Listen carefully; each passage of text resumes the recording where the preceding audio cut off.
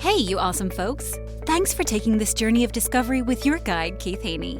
You're listening to the Becoming Bridge Builders podcast, your favorite podcast for everything from racial reconciliation to education innovation, justice reform, and leading change in the 21st century. This podcast is for people who love to be challenged with difficult topics, but want practical solutions to solve these challenging issues. Becoming Bridge Builders makes change possible. Each week on the podcast, Keith invites innovative thought leaders to share how they are building bridges in their area of expertise. You will hear breakthrough ideas and concepts that are changing the world. He's featuring guests who are best-selling authors, leaders at Microsoft, entrepreneurs, leading educators, professors, lawyers, and so many more. Listen in to learn how you can be the bridge to the change you are seeking. Hey, you awesome folks! Thanks for taking this journey of discovery with your guide, Keith Haney. You're listening to the Becoming Bridge Builders podcast, your favorite podcast for everything from racial reconciliation to education innovation, justice reform, and leading change in the 21st century. This podcast is for people who love to be challenged with difficult topics, but want practical solutions to solve these challenging issues. Becoming Bridge Builders makes change possible. Each week on the podcast, Keith invites innovative thought leaders to share how they are building bridges in their area of expertise. You will hear breakthrough ideas and concepts that are changing the world. He's featuring guests who are best-selling authors, leaders at Microsoft, entrepreneurs, leading educators, professors, lawyers, and so many more. Listen in to learn how you can be the bridge to the change you are seeking. Welcome to Becoming Bridge Builders, where we explore ideas that shape leadership and transform organizations. Today, we're diving into an incredible impact of mentorship with Dr. Kim Nugent. From correctional facilities to corporate teams, Dr. Nugent has pioneered mentorship-driven programs that shift mindsets, build leadership, and create lasting impact. Her groundbreaking work in the corrections industry is just one example of how mentorship can change lives and transform entire organizations. Dr. Nugent, welcome to the podcast. Thank you so much, Pete. I am so excited to be on the show today. Well, good. I'm so excited to have you on. I'm going to ask you my favorite question. What's the best piece of advice you've ever received? The one I remember most is, if in doubt, don't. Okay. I love that. Very good guiding principle, by the way. Probably works out really well in corrections, too. One of many places, yes, absolutely. Definitely. Absolutely. So let's jump into your story. So tell us about your journey. What led you into what work you're doing? Okay, sure. So the book, From Prison to Possibilities, is not my first book, actually. I'd written many books around mentorship in different areas. So for corporations, for someone who's is unseen and wants to be promoted but can't seem to get the visibility that they want, or they've gone for a job and they were turned down, they're variety. So that was one thing. I've certainly written mentorship with regard to high school students and other different areas. And it works in mentorship doesn't matter what the environment is. However, I did get a call from a fellow author, and he was doing meditation work in a prison. And he was seeing amazing results working with these men, and called me and said, hey, Kim, have you ever seen a book about mentorship in prisons? And I said, no, I haven't. I've seen a lot of great books, but not that. And he said, would you be willing to write it? It was just a suggestion. And so I said yes, intuitively. There was no hesitation. And I hung up the phone and thought, what the heck did I just say yes to? And the reason is because I don't write about things I don't know about. And so definitely this was a new arena for me. And so I went on a very long, multi-year journey about research before I wrote my first work. And that became the book. And it's really a 6 to 9 month curriculum to be able to work on several things at the same time. So one thing is really about changing behavior, uncovering those blind spots. And then the next is really about career development and ultimately a practical plan for release. And so the combination of kind of those three objectives is really getting some amazing results. I didn't know that book would turn into my mission in life, but it really has. And I get the opportunity to be able to train incarcerated men. I predominantly work with men. It works with women as well, but in maximum security prisons. And to be able to see the results is incredible. One of the things that I say often, and I'm sure that you believe this as well, is when we know better, we do better. And, showing them the pathway about what's possible, and they're not forgotten. Like, people do care, and to be able to spend time is really great. The other piece of that book is that, I'm training mentors. So it's a peer-led mentorship. And when lived experiences are being shared with one another throughout this 6 to 9 month journey, real change and transformation happens.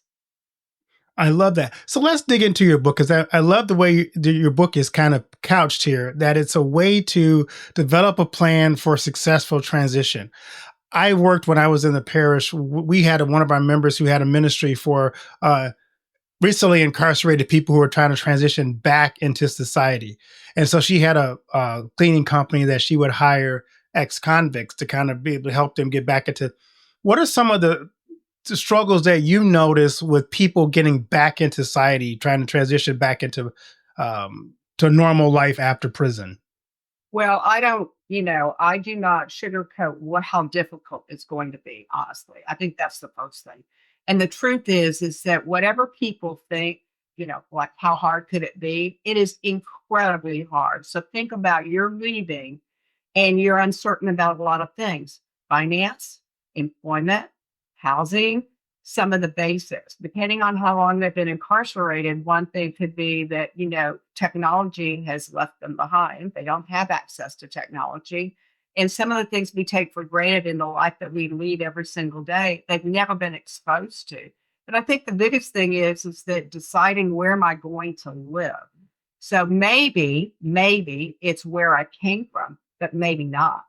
Maybe that environment actually caused some of the reasons that they're incarcerated. So if that's not a choice, where can they go? And it's not like, I'm just going to say, housing choices are readily accepting someone who has a record. Let's just say that. The second thing is, this is a wonderful time actually to be living and working, and we have more second chance employers than we've ever had, but we don't have enough. So that's another piece of it. But, if I take 2 steps backwards before we get into the logistics of release, what really has to shift more than anything else, and this is for any audience, regardless of what circumstances are, is mindset. If my mindset doesn't change to something could be possible, then guess what? It becomes self-fulfilling. Like Henry Ford said, if you think you can or you think you can't, it's true. And so really, we do spend a lot of time on mindset to be able to say, what do you really want and what does that look like? The other thing is that for a lot of people, when they leave, if they're fortunate to live in a state where they get any money at all, and I do mean any, so in Alabama, it can be $20. In Mississippi, it can be $50. In Texas, it can be $100. That's it. So I want the audience to think about, if you were starting from scratch and you were leaving prison and you have been incarcerated 10 or 20 years and you're standing on the other side and you have $100, we'll be generous today. What do you do?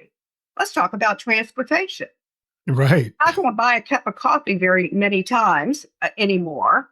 And then all those other pieces. Can someone pick you up? Are you going to take the bus? Where are you going to live? And you do that for about 3 days. And then you tell me what your choices are if someone's not there to walk you through the process. Wow. I love that your book has kind of an ABC, is laid out in ABC. So tell us why you picked that particular. I know as an author, you always try to figure out how is the best way to communicate what I want to do. So tell us about your ABC, your key traits and skills that you have listed that way. So I love the ABCs. I don't know how I just stumbled upon that, but it's pretty consistent in my work. But the reason is because A is for attitude. And for me, 80% of life is really the attitude we bring to a situation or to a person or to an event. I think that's particularly important this week as holidays are happening. We want to be able to, go in with really a very expansive mindset or a growth mindset or looking for possibilities and conversations with family that even if we haven't gotten along with in the past, that we're going to make a real intentional effort about being positive and getting in their world for a minute. So A is attitude, B is behavior, C is communication, D is decision making. I won't go on and on. But the reason is that there are 26 letters, which theoretically, if all worked out perfectly, that would be 6 months. Now, we know things don't work that way in a prison. It's because of lockdowns and other things. I always say 6 to 9 months because it could be a stop-start. However, I am a coach as well. And we know as coaches that you really can't change a person's behavior in less than 6 months. And that is ideal. So maybe they start to change their behavior, but the people around them are not seeing any significant change. The changing perceptions of people that we're with takes much longer. And so that's why at least 6 months. I love that. Let's dig into a little bit about your mentorship program in prison, because I want to dig into that more as we talked about the book. But your work in correctional facilities to me is fascinating.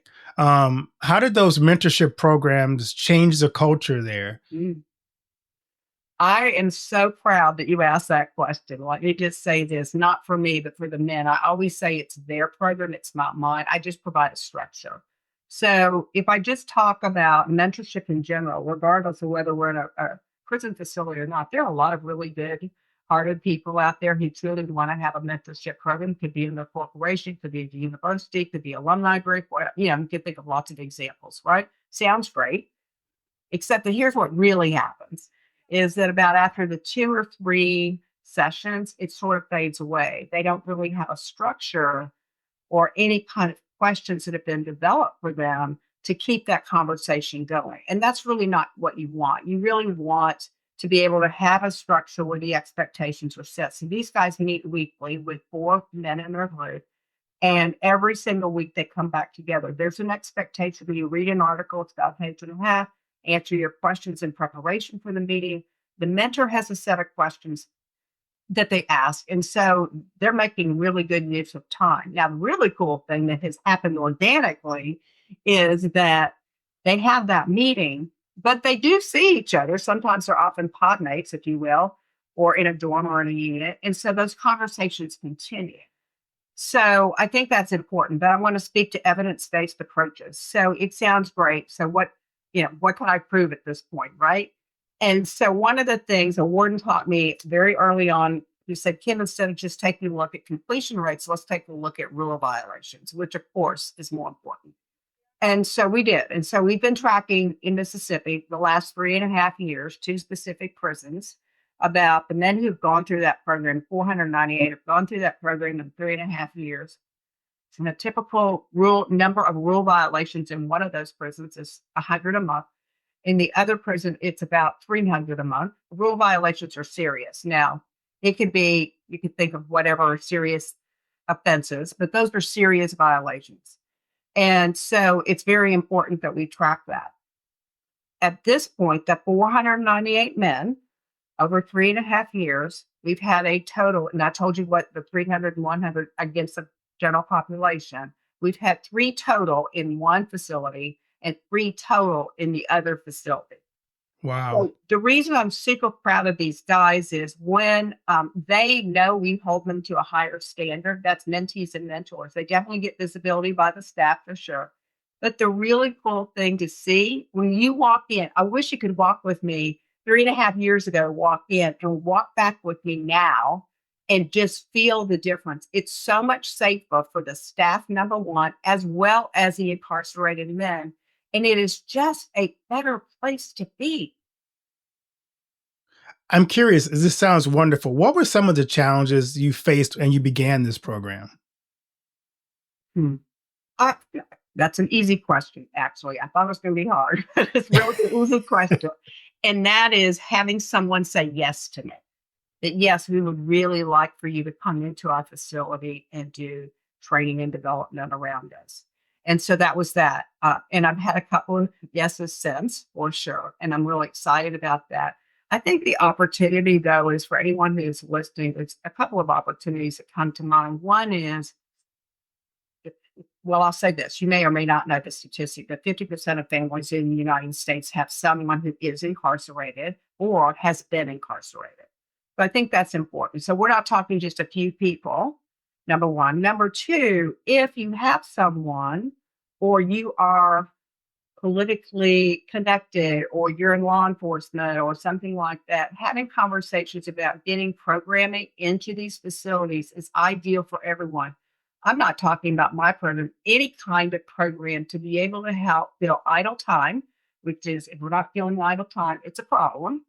And then being able to give them some, to be able to lift them up, to build skill sets so that when they do leave, whether that's a certification, whether that's a GED, whether that's an associate degree or community college credit, all of those things can help.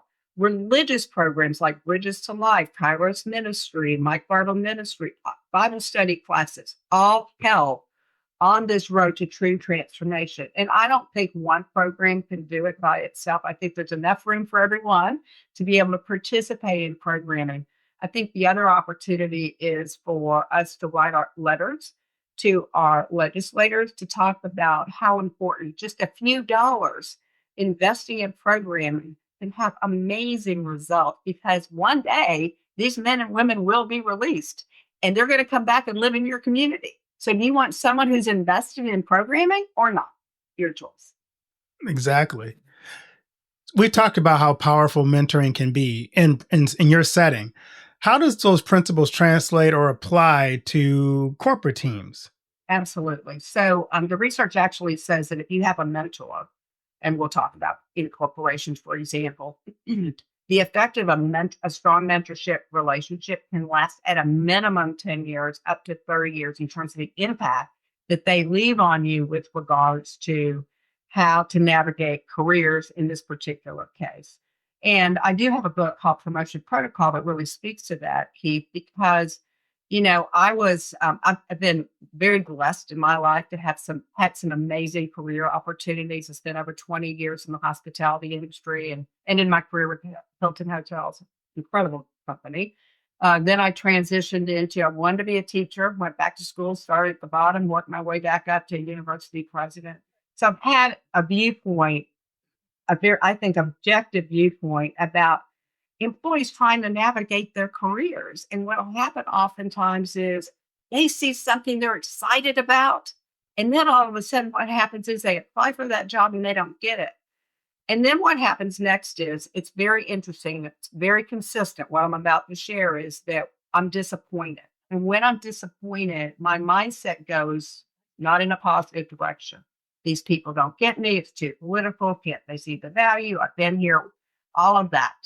And then what happens is our behavior follows our mindset. And then it becomes self-fulfilling. Well, if you have a mentor can pull you out of that self-talk and be able to reframe it and start ask questions so that we can get to work on some things that maybe you really do need to work on. And it could be a blind spot because we all have them. And that's why I love a mentor, particularly because they've walked the path. They're walking side by side with you, but they have walked this path and they can be an incredible resource to you. I've had two amazing mentors in my life. And I wouldn't be the person I am today without their mentorship. So one of my key things I love talking about is leadership. And I'm just curious, as you think about in your experience, how has mentorship accelerated leadership growth compared to traditional leadership training programs?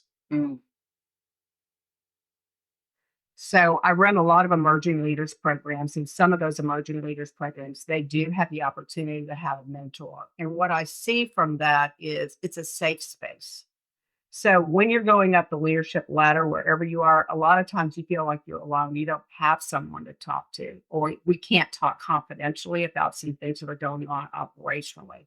But with that mentor, it's a safe space to talk about things that really matter and to really use them as a sounding board to be able to talk about how we want to be able to go forward in that situation, or what conversations need to be had that maybe are not being had. So conflict resolution is a really powerful skill to have. And so sometimes people they avoid conflict because they want to, be nice, or they're uncomfortable with it. But we've got to really lean into conflict and have those really straight conversations for the person that we're working with as well as for ourselves. I love stories about success. Is there a particular person you've mentored that, without, I guess, or giving names, that is like, this is your go-to story of this is what mentorship and the impact it had on this individual's life? I can think of several. So at the university, for example, my very first university job, I have always, I don't know if it's a gift or what, but I love looking at people's strengths and what they can do. And I never look at a title ever. And I have made some interesting career moves for people saying, hey, have you ever thought about applying for this job? I know it's outside your area, but what I see are some things and, they can go for. But I can name probably easily 6 people from that location alone who are currently university presidents. So to me, to see someone who's starting out young in their career and they've done the work and then they aspire to something else, I think that's a real testament to a leader, is when you are not concerned about yourself, but you want to give it away and you want to grow a team. Even if you're at a loss. In fact, at our second university, we had the reputation for growing team members, and they left us. I mean, they went to other parts of our company, whether that was corporate or went to another school, a different location. And most people might say, aren't you threatened by that? That's leaving your bench strength low. No, because there's more people to groom and to grow and to develop. And that's the exciting part. To me, when you're in administration and a leader, it's not so much about the work and the procedures and the strategic plan. It's about investing in the growth of people so that they can thrive and they can bring out their best. And then they can bring out best in others. So for people listening, as I have a lot of different people in my audience who are either in church work or maybe they're in the business world. If you're listening to this today and you say, what's the first step I need to take if I want to build a mentorship culture in my organization, what would you give them as advice? Mm-hmm. Well, I'm going to ask the first question, for what end?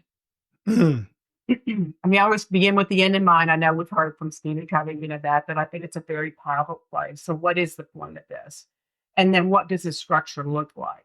And expectations to be able to talk about what is the skill set that we're looking for specifically with the mentor? What is a mentee like? Where does that population come from? Is it something they volunteer for? Is it something that they're trained for? I do believe strongly, and not just because of the work I do, but I have seen other people out there who are pretty well known who have mentorship programs, and they would not have a mentor be part of their program without training and development. And I appreciate people's experience and everything else. But on the other hand, we want our mentors to be confident. But we also want our mentees to also feel that this mentor has something to give them. But also mentees have to be prepared for the meeting. Like, what is it that you want specifically out of this relationship? And so, again, all that needs to be decided, I think, early on. But, it cannot hurt. It definitely cannot hurt. If you are looking to train mentors or you're looking for a mentor, are there certain things you would say, these are important characteristics to look for in a mentor? Yes, absolutely. So first of all, at this moment, it's going to be about me, right? So, and I can think of 2 specific examples. The very first time I had a mentor was when I was 16, and she was my mentor until I was 32, and she passed away. But this woman, now remember, I am 16. So I do need help because I was in what I believe to be my career of hospitality, and she helped pour into me. But she did so much more. She helped me personally. She helped me think about, hey, Kim, I know you're never too young to start creating a professional library, for example. I noticed the books behind you. I have a few books behind me. But, starting to be able to do more than just school, learn more. That's one thing. When I was a university president, I knew that I didn't have everything that I wanted to be successful. And so I watched a woman, her name's Eileen Crowley-Reed, and she worked with our corporation as a consultant, and she could navigate relationships like I have never seen. She could talk to the CEO one minute and really the janitorial staff or the food service staff the next. And the way she did it with such grace and respect was just incredible to me. And I thought, I want that.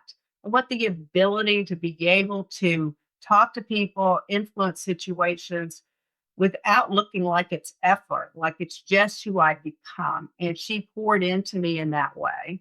I had never dealt with boards of directors, and so she helped me navigate that as well. So again, depending on where you are in your career, you want to look for someone who's already walked that path and who, but specifically, what do you see in them that you want for yourself? Because that's an important conversation. If I'm meeting you for the very first time and I'm asking you to be my mentor, then I want to say, I would love for you to be my mentor. And here are the reasons why. These are the things that I admire so much about you.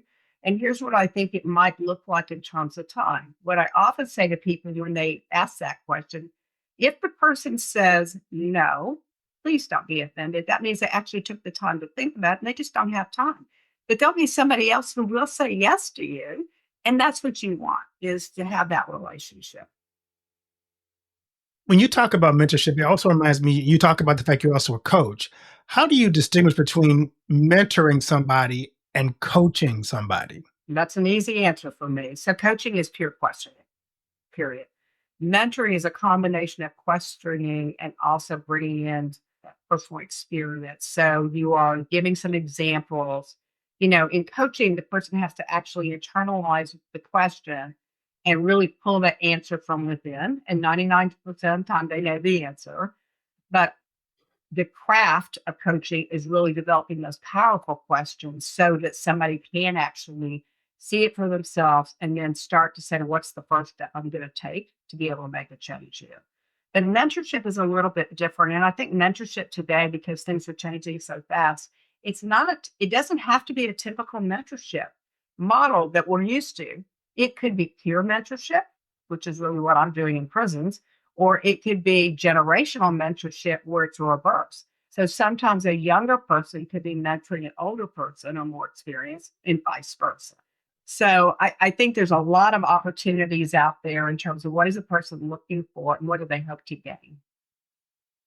If you want to be a mentor, is there a program you recommend to be better at it? Because it's with anything, you're better as you either get some training or some guidance or even some a contract, so to speak. Are there some suggestions you have for people who say, I really want to give to someone else the knowledge that I have, the experience that I have, but I want to know how to do that in a way that's helpful? Is there some guidance you say, here, go check out this particular program or read this book to kind of get some background into that? That would certainly, what I would say is do research, and it depends on the person, what industry, if they're working or they're retired. I think that can help. There are very many specific resources around mentorship in each one of those industries or each one of those target audiences for sure. I also think that if somebody wanted to do that, certainly, but let's say someone's retired and they still have a passion for wanting to make a difference and they want that interaction. The local schools definitely need mentors for sure. And they may have their own program. Certainly, in a lot of corporations, they have emerging leaders programs, and maybe they haven't even thought about putting a mentorship component into an emerging leaders program. That would be amazing contribution. Lots of things like that. But I wouldn't say one thing. I think that if they actually just Google or use AI, ChatGPT or Copilot or whatever their favorite tool is, I think they're going to find a lot of resources between their companies that specialize in mentorship. If they wanted to, let's say they're inside an organization, there's some amazing companies out there that can do through technology matching the employee and the mentor inside that company. So yeah, there's so many choices. I love it. Let's circle back to your book because I like the way your book ends. You give all these skills and these tips and trades, but you also give a release plan for successful reentry. Kind of walk us through some of the things that you include in that plan for those who are reentering society. hmm So well, first of all, we start with F on finance, and that's when we start to build in this kind of reentry plan, if you will. So F is finance, but now we're going to work on a real budget. So that, to me, this is the dress rehearsal while you're incarcerated 6 to 9 months prior to release, so that you have a plan. About halfway through, we actually start to bring in career development tools, everything from filling out an application, starting to think about who can recommend you, creating a functional resume, even down to shaking hands. I could talk to you all day long about professional handshake, but until you actually practice that, you have no idea. And then we get into the answering those difficult questions. What have you been through the last 15 years? And so we do a lot of practice around that. Then the very end of the book is a list of documents. So sometimes people forget, oh, I need to get a driver's license or my social security, or I don't have a birth certificate. All of that documentation that you are absolutely going to need. And, do I have a bank account? Who's going to help me when I get outside? All of that. So it's step by step by step so that they absolutely have a very robust, practical plan upon release. We have a lot of resources in the back of the book, too, because there are agencies to help them, whether that happens to be around maybe they went in for substance abuse. They need a treatment program to continue. Maybe they didn't have a home church, and now they need to start thinking about where's that home church that's going to accept them readily. Another could be the fact is I need food stamps to start out with because I just don't have the money to be able to feed myself. So on and on and on. There's a lot of resources in the very back end that maybe they aren't thinking about while they're incarcerated because everything is taken care of while they're incarcerated. They don't have freedom. But yeah, of course, they're told when they get up, what they're going to wear, what they're going to do, when they go to bed, what way to walk down the corridor, like all of that is taken away in terms of decision making. So now they're going to have to make a decision after decision after decision in order to make sure they don't come back to prison. Awesome. It's been a great conversation. Thank you so much for sharing. I'd like to ask you my other favorite question. What do you want your legacy to be? That I made a difference in someone's life. I love that. So in season 6, we have a new thing too. We have a surprise question. Pick a number between 1 and 10 for your surprise question. 7. I love this. Oh, here we go. What is your most unusual talent? Most unusual talent. Wow, this is a tough one. I think what it is, honestly, is so I'll use Prison of Possibilities as the example. I can take really complex things, or they seem daunting, and break it down very simply so whoever I'm working with can truly understand that. And I've always been able to do that, whether I'm in a corporate board meeting or I'm writing a book, or whether I'm doing one-on-one mentorship or coaching. I love to be able to make things simple, because one of the things I saw early on in my career is there are some really great people I got to work with who had great reputations, but they almost used that as a shield so that we wouldn't learn from them. And I never wanted to be that person. It's one of the things I learned early on is I want to be a person that includes people and people want to be around. I love that. That's good. I have that gift too, and especially as a pastor, taking complex theology and making it simple. So that's kind of cool. It's a neat thing where people go, "Oh, I get it now." That's I love hearing that from people. Now I understand. Exactly. And as you said, you're a storyteller, and so am I. And so when you can take that concept and tell a story about a situation or a person and they relate to it, and like, oh my gosh, I get it. Yeah, love it. Where can people connect with you? Where can they find your book, From Prison to Possibilities, Paving Your Path? You're definitely on Amazon. Also, I do have a website. It's Dr. Nugent speaks.com, and they can find out more about me for sure. And I'm always posting on LinkedIn every single week, something new and different, so they can connect with me on LinkedIn. So it's Kim S. Nugent. Thank you so much. Well, Dr. Nugent, thank you for your work. And it shows that mentorship isn't just about guidance, it's about transformation. From correctional facilities to boardrooms, you've proven that when we invest in people, we change lives and organizations. Thank you for sharing your insights today. For the listeners who want to learn more or connect with you, they can find her at our website. And for our audience, thank you for tuning in. If you enjoyed this conversation, subscribe and share this episode with someone who believes in the power of mentorship and transformation. Until next time, keep building bridges and keep leading with purpose. Thanks again, Dr. Nugent. Thank you. But act fast. With only 40 spots remaining this month, claim your free revenue ceiling audit now at the link included in the show notes. Thanks for listening to Becoming Bridge Builder. If you enjoyed this episode and want to help support the podcast, please subscribe and share it with others. Post about it on social media or leave a rating and review. To catch all the latest from me, you can follow me on Instagram at @bkeithhaney and on Getter and Twitter @RevHeadpin. Thanks again and tune in next time. But act fast. With only 40 spots remaining this month, claim your free revenue ceiling audit now at the link included in the show notes. Thanks for listening to Becoming Bridge Builder. If you enjoyed this episode and want to help support the podcast, please subscribe and share it with others. Post about it on social media or leave a rating and review. To catch all the latest from me, you can follow me on Instagram at @bkeithhaney and on Getter and Twitter @RevHeadpin. Thanks again and tune in next time.